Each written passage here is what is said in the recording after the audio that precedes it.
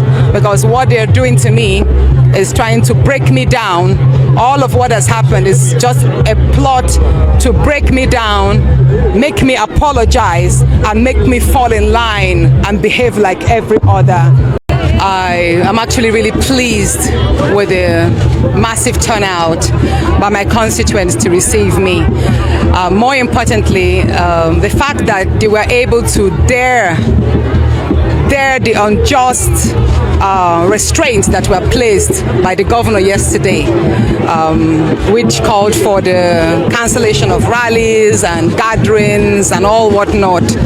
I mean, it's very heartwarming to know that my people were able to come out in such numbers, in their thousands, waited for me since morning, you know, and prayed that I actually come, because, you know, it takes, I keep saying that democracy is all about the people. The government, the real true government are the people.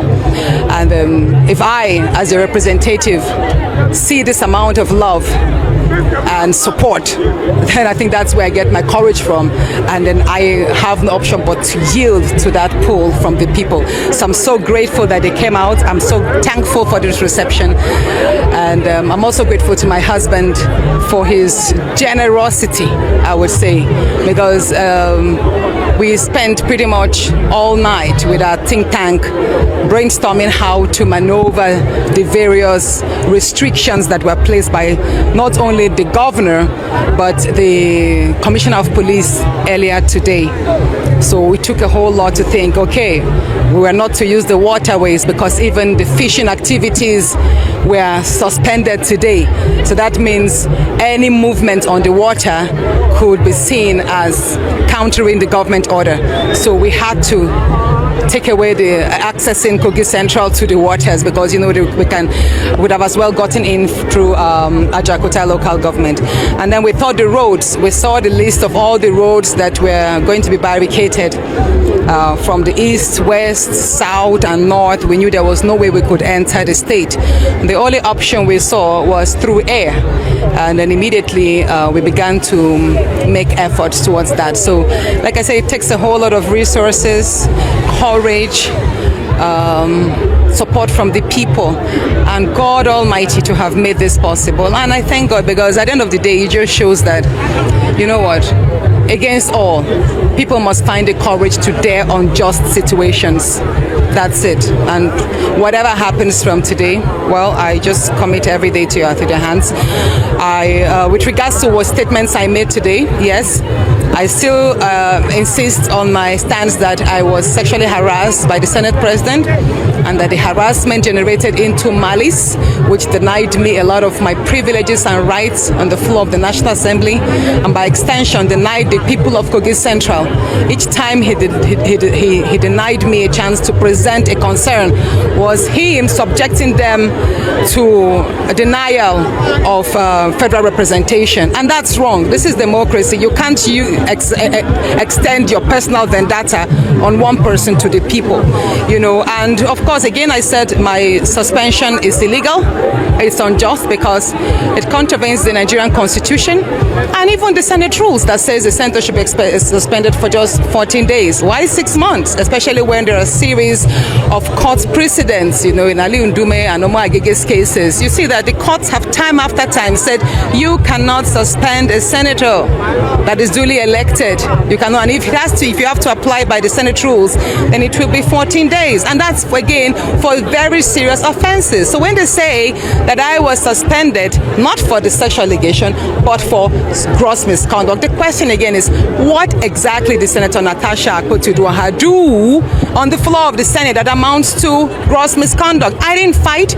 I didn't insult anybody. I wasn't violent. So what did I do? I didn't tear anybody's shirt. We've had senators fight. We've had senators slap each other. We've had senators tear clothes, throw things. In short, even the last 2 weeks, you've seen a whole lot of heated debates on the floor. But nobody was suspended. Why? Because I'm a woman? Or why? Because I'm a minority among minority? Because when you talk about the larger tribe, ethnicities there, you have about 20 Yoruba senators, the Hausas, you have a lot of them, but I'm the only one there. So why? I'm actually even very disappointed that senators from Kogi, especially the senator from Kogi West, took it upon himself. He did not even mention the fact that Senator Karimi also cooked up a report trying to label me as if I'm a KGB agent infiltrating the National Assembly to disrupt the 10th Assembly and democracy. So what I did in that was that I took a preemptive measure by writing to the police so that they could invite Senator Karimi to testify or attest to the fact to how he knew about the so-called KGB agent and the infiltration moves. So I call my suspension illegal and unjust, and I hope that the courts will do justice. It's unfortunate that Justice Egwato recused himself on the 25th of March 2025. He did mention that he was recused because of the petitions that the Senate President wrote against him. But then I also got to know, like I said, allegedly, that he was also threatened, because that's what usually happens. And I respect his decision, but I pray that the next judge, who is Justice Binta Nyako, actually will be strong enough to stand against any threats, because at the end of the day, if the bad people keep winning, that means the entire country will suffer and our democracy suffers. So we need courageous people to strengthen the institutions who are supposed to be independent anyways. I look forward to getting back to the Senate so that I could resume my functions as a senator duly elected by my people. But if by chance I am not recalled at time, I will still continue carrying out my activities. Tomorrow we're going to commence the reconstruction of 3 primary healthcare centers in Kogi Central, and we have a lot of other activities on. We also have some empowerment programs that will be coming up this week here. It doesn't stop me from doing my work, even if it means I have to work extra hard, you know, since I'm out of office temporarily, to make my people feel the good impact of democracy. But I pray that Nigerians across, even beyond Kogi Central, will be able to continuously lend their voices, because an injustice to me is an injustice to everyone. We all see what is happening to Governor Fubara himself, whereby he's suspended for 6 months as well, against the backdrop, against the Constitution. You know, I did mention that the Nigerian Constitution does not allow the suspension of elected officers. So again, I thank Nigerians, I thank Nigerian women for their support, for their understanding. Yesterday, when I received the award for the voice of good governance, I mean, the chair in the hall, when I was called, just reaffirmed that many people are with me. Many women across Nigeria are with me in this fight for justice on the sexual harassment part, because many women are actually facing this ill, but they cannot just speak up. And most of these men, some of the men actually who criticize me, I will tell them, well, they should go home, call their wives, call their daughters and ask them. They will be surprised what their wives and daughters will tell them that goes on in workplaces or in the learning institutions. So generally, I want to appreciate Nigerians. I want to appreciate the international community, the many international organizations that have lent voices and wrote statements. I want to appreciate Auntie Obi Esekwesili, Kadraya Ahmed, and many others who have, irrespective of their regions or their states, they found a purpose in what I'm doing and have stood by me through thick and thin. And again, I'm going to call on INEC, and I'm going to call on the police and the DSS. Hey, these are institutions that are meant to safeguard and strengthen Nigeria's ecosystem with regards to the good governance. So it's about time that they find courage to desist from being manipulated by the powerful people, especially those who have so much to throw around. It's about time they resist this temptation so that they will be able to serve ordinary citizens.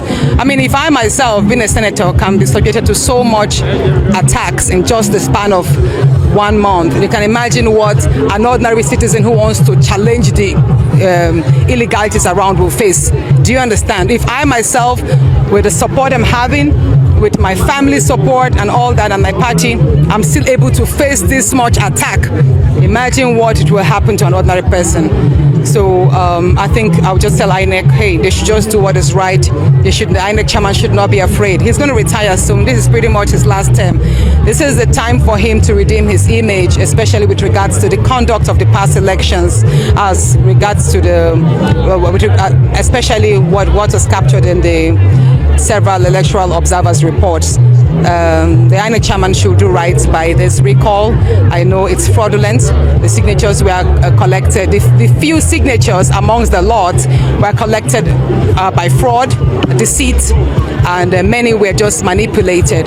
So it will be really gruesome to know that such illegality will succeed at this day and age. I have nothing been other than a good citizen, a law-abiding citizen, and I don't think I should suffer just because I decide to dare the corrupt institutions, because what they're doing to me is trying to break me down.